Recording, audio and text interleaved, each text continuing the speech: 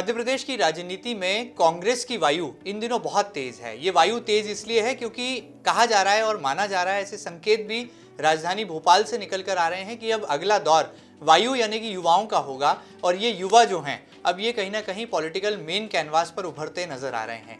इसी कैनवास पर एक ऐसा चेहरा है जो कि कांग्रेस के एमएलए भी हैं, पूर्व में एनएसयूआई की राजनीति हो, छात्र हितों के आंदोलन में अपनी सहभागिता हो और अब युवक कांग्रेस के बाद मेन कांग्रेस में अपनी पैंठ जमाने की बारी हो। इस युवा और तेज तर्रार विधायक ने वो करके दिखाया है और उपचुनाव में पार्टी को एक बड़ी जीत दिलाई है। जी हाँ, हम बात कर रहे हैं कांग्रेस के एमएलए विपिन वानखेड़े की। विपिन जी, आपका बहुत बहुत स्वागत है एमपी न्यूज के इस खास सेगमेंट में।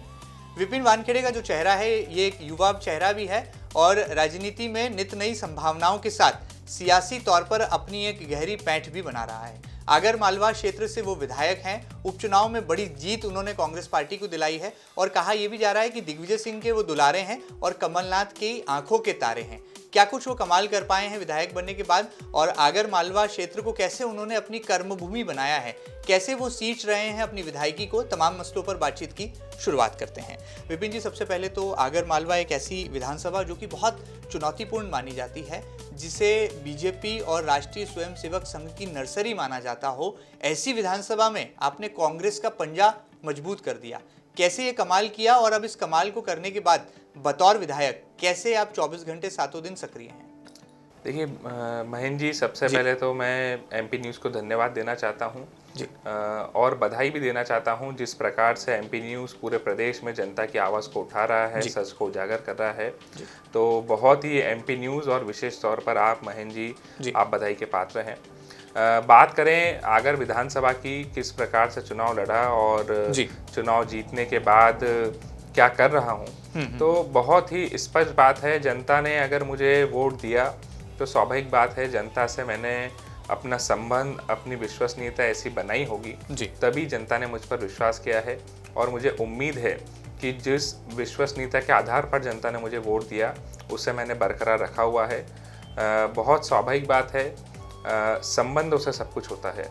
मैं पूरे हमारे विधानसभा क्षेत्र को एक परिवार के तौर पर लेकर चलता हूं और हर व्यक्ति के सुख दुख में कंधे से कंधा मिलाकर उनके साथ खड़ा हूं, चाहे दिन हो चाहे रात हो। मेरे लिए सिर्फ एक ही संकल्प है, जन सेवा।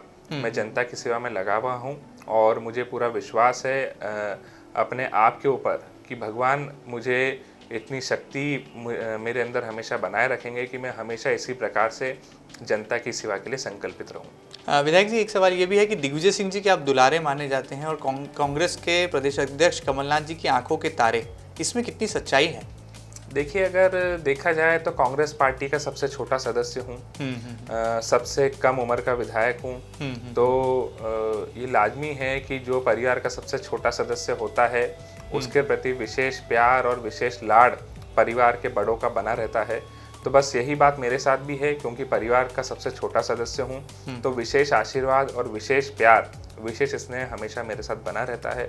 और मैं धन्यवाद देना चाहता हूँ दोनों हमारे बड़े नेताओं को कि उनका प्यार और मार्गदर्शन हमेशा मुझे मिलता रहता है और उन्हीं के मार्गदर्शन से मुझे प्रेरणा मिलती है और ज़्यादा काम करने की और मेहनत करने की, जिसके दम पर मैं जनता का आशीर्वाद लेने में कामयाब हुआ हूँ और आगे भी इसी प्रकार से मेहनत करता रहूँगा।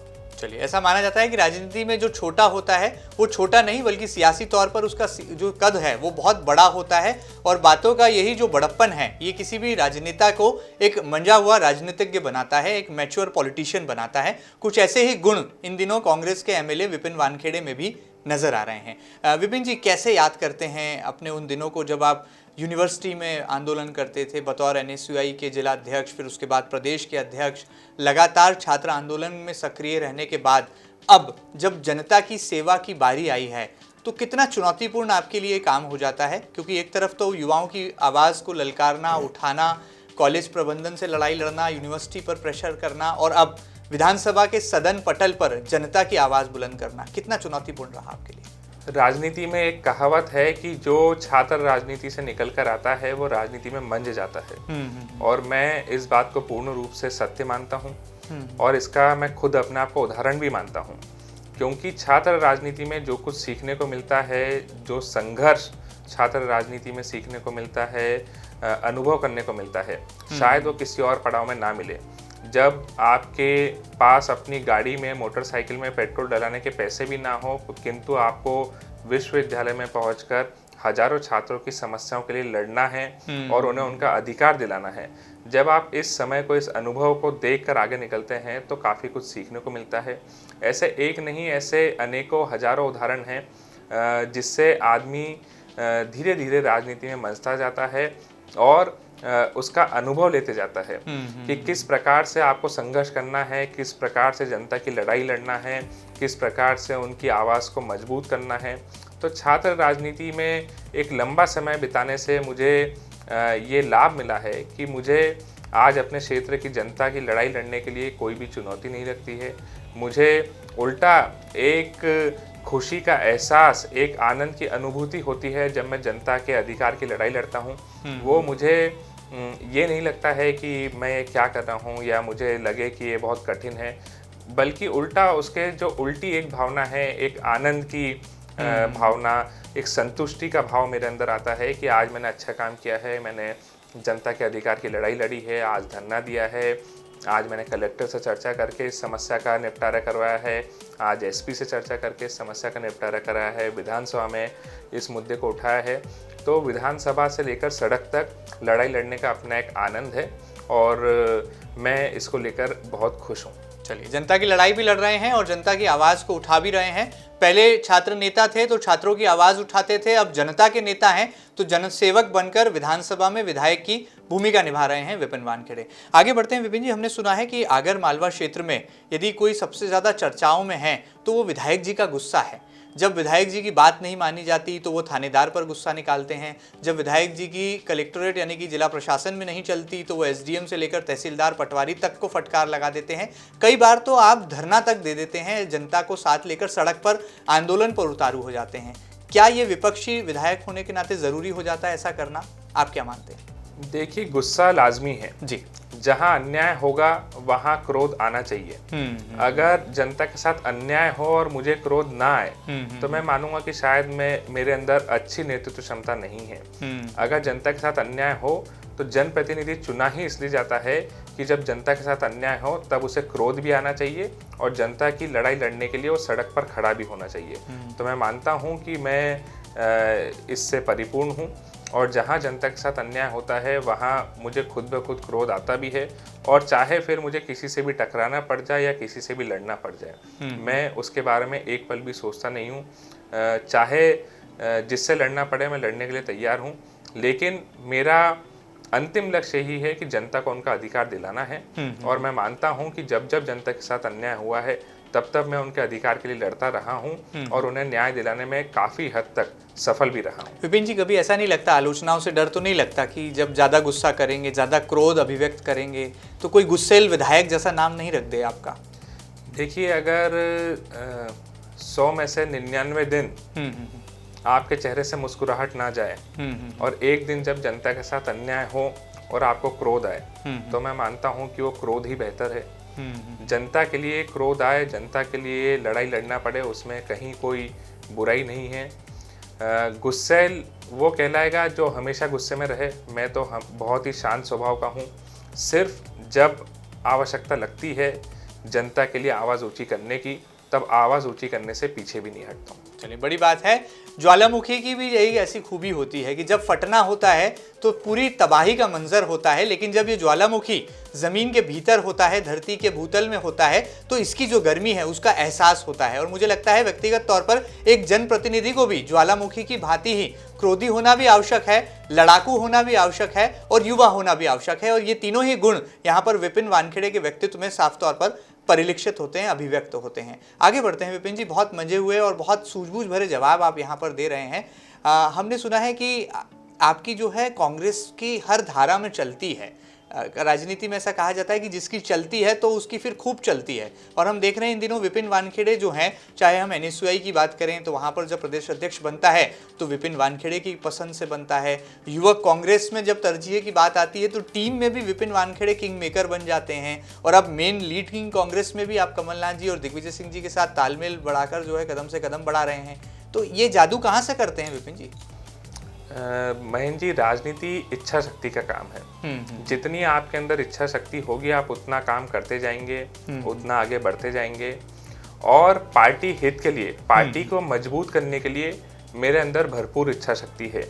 मैं चाहे कोई संगठन हो, चाहे कोई क्षेत्र हो, चाहे कोई व्यक्ति हो, मेरा हमेशा प्रयास रहता है कि मैं ज़्यादा से ज़्यादा और अच्छे से अच्छा पार्टी के लिए हमेशा कर पाऊँ। यही मेरा हमेशा प्रयास रहा है और रहता है।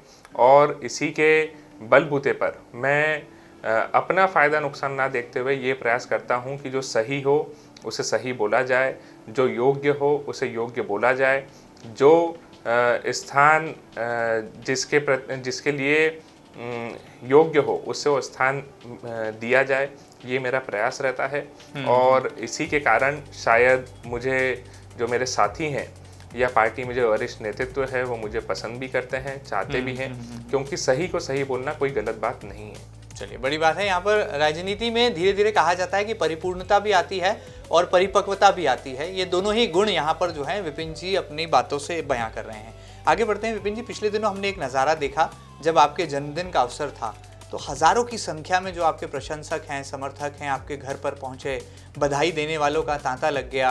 कोई वहाँ पर ट्रैक्टर ट्रॉली से फूल लेकर आया, तो कोई केक की सीरीज़ लेकर आया, न जाने कितने केक कटिंग जो है वहाँ पर किए गए। ऐसा बताया गया कि अब विपिन जी ने जो है पहले जिले में राजनीति की, फिर विधानसभा में, और अब वो प्रदेश की राजनीति करना चाहते हैं। क्या इन दावों में सच्चाई है विपिन वानखेड़े? देखिए, मैं एनएसवाई का प्रदेश अध्यक्ष लगभग 10 साल रहा। तो अगर बात की जाए प्रदेश की राजनीति की, तो प्रदेश की राजनीति में मैं अभी से नहीं, पिछले 10-12 साल से लगातार सक्रिय हूँ जी। और बात रही मेरे जन्मदिन की, तो मेरे जन्मदिन के अवसर पर मेरे साथियों द्वारा एक कार्यक्रम रखा गया था जिसमें बड़ी संख्या में हमारे साथी आए, केक भी कटा, जेसीबी से फूल भी डले, ट्रैक्टर ट्रॉली से फूल भी आए। लेकिन ये राजनीतिक नहीं, ये गैर राजनीतिक कार्यक्रम था।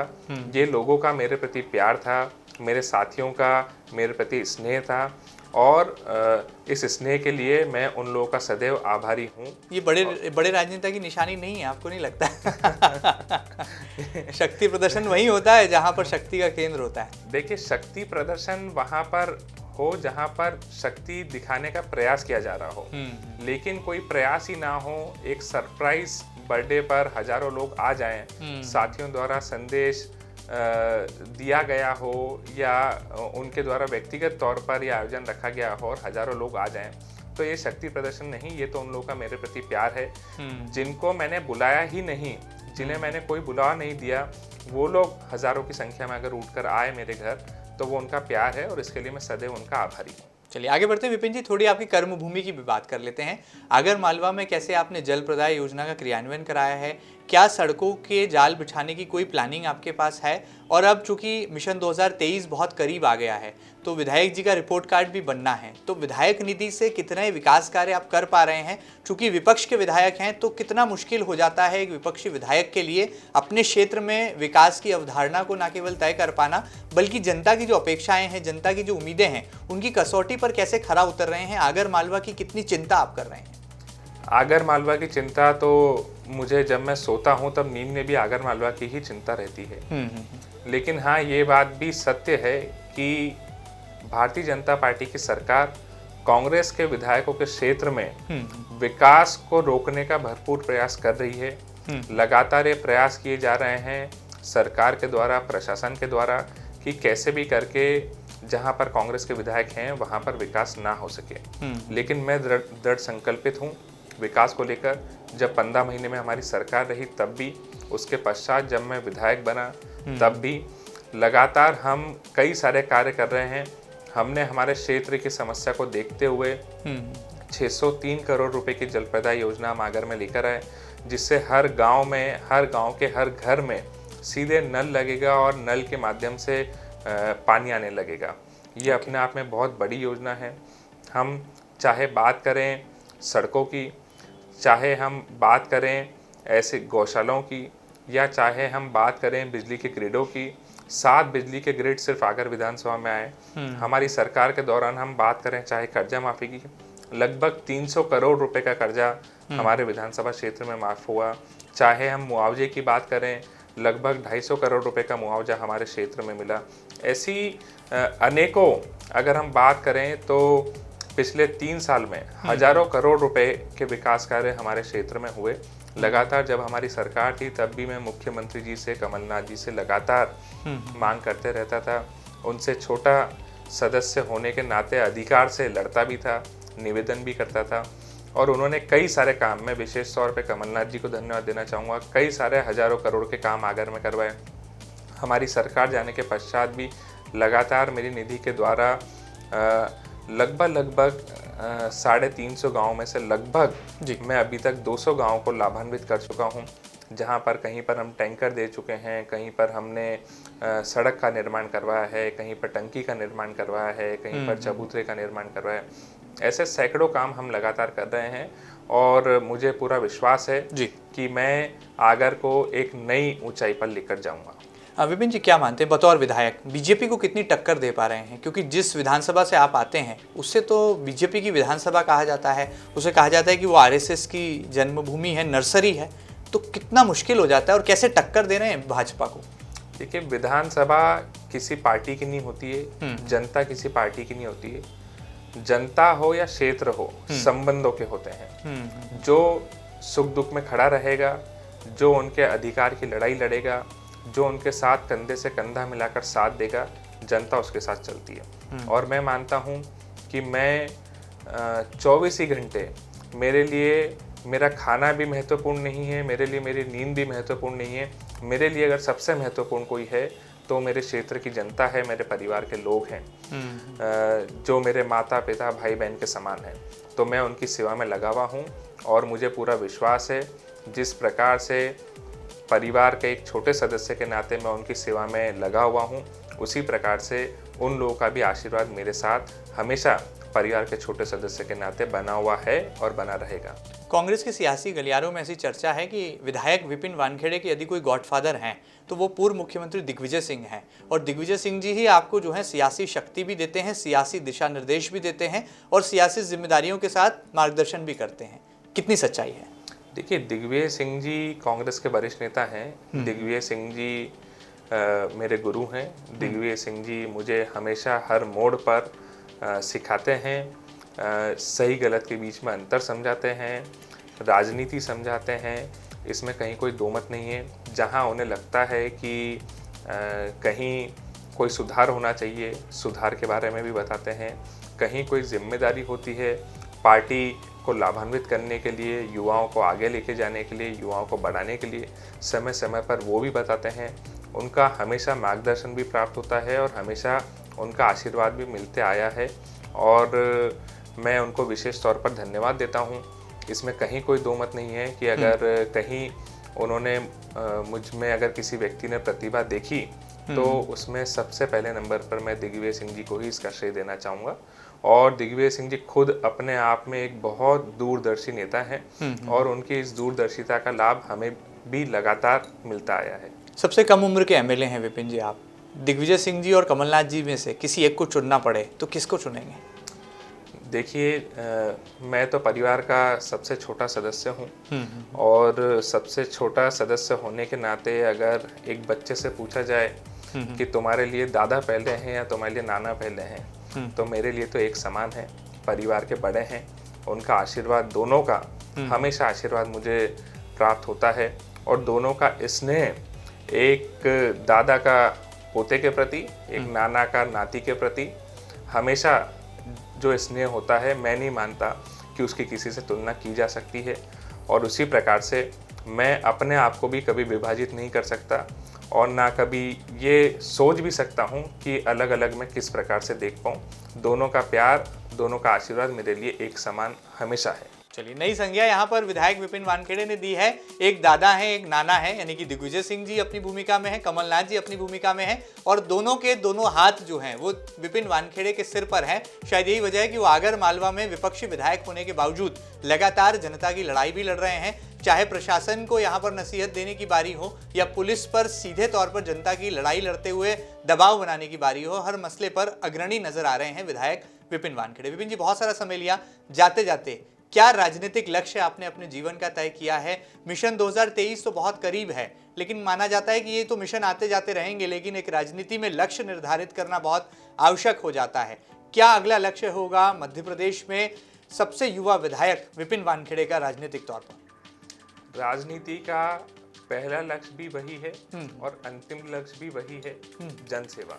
मैं जनसेवा के लिए समर्पित हूँ जी। जब तक जीवित हूँ, जब तक आखिरी सांस लूंगा, तब तक जनता की सेवा करते रहूंगा और ये मेरे लिए सौभाग्य है। चलिए, ये ठहराव, ये सादगी, ये सीधापन और ये बेबाकी, ये राजनीति में बहुत कम व्यक्तित्व में देखने को मिलती है। जो विपिन वानखेड़े ने अपने अंदर ये गुण तैयार किए हैं, माना जा सकता है, कहा जा सकता है कि विपिन वानखेड़े आने वाले कल में एमपी की एक नई संभावना बनकर भी उभरेंगे। जहां तक बात आगर मालवा की है, उस क्षेत्र में लगातार विकास के लिए लड़ाई लड़ते आए हैं, लड़ते रहेंगे और मिशन 2023 में भी अपनी इसी जिम्मेदारी का निर्वहन करते नजर आएंगे। हमने उम्मीद की कि उनके राजनीतिक मन में क्या कुछ है उसे टटोला जाए और कैसे वो अपने दोनों ही गॉडफादर यानी कि दिग्विजय सिंह और कमलनाथ के बीच तालमेल और समन्वय के साथ अपनी भूमिका को तय कर रहे हैं, ये भी उन्होंने बखूबी बताया और ये बताने समझाने की कोशिश की कि जनता की सेवा ही उनका एकमात्र लक्ष्य है, जिसे पूरा करने के लिए आगे बढ़ रहे हैं। रही बात उनके गुस्से की, तो वो गुस्सैल विधायक केवल और केवल जनता के लिए हैं, क्योंकि कहा जाता है कि जब राजनीति में आ जाते हैं, जनसेवा में आ जाते हैं, तो तन समर्पित और मन समर्पित और सब कुछ समर्पित हो तो जनता के लिए हो,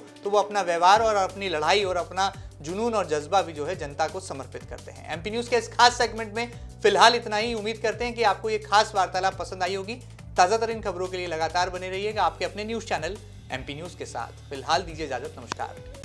एमपी की नब्ज, एमपी का हाल, मध्य प्रदेश की हर खबर एमपी न्यूज़ टीवी के साथ। लगातार खबरों के लिए सब्सक्राइब करें हमारा YouTube channel MP news TV. Latest updates के लिए बेल आइकन दबाना जरा भी न भूलें।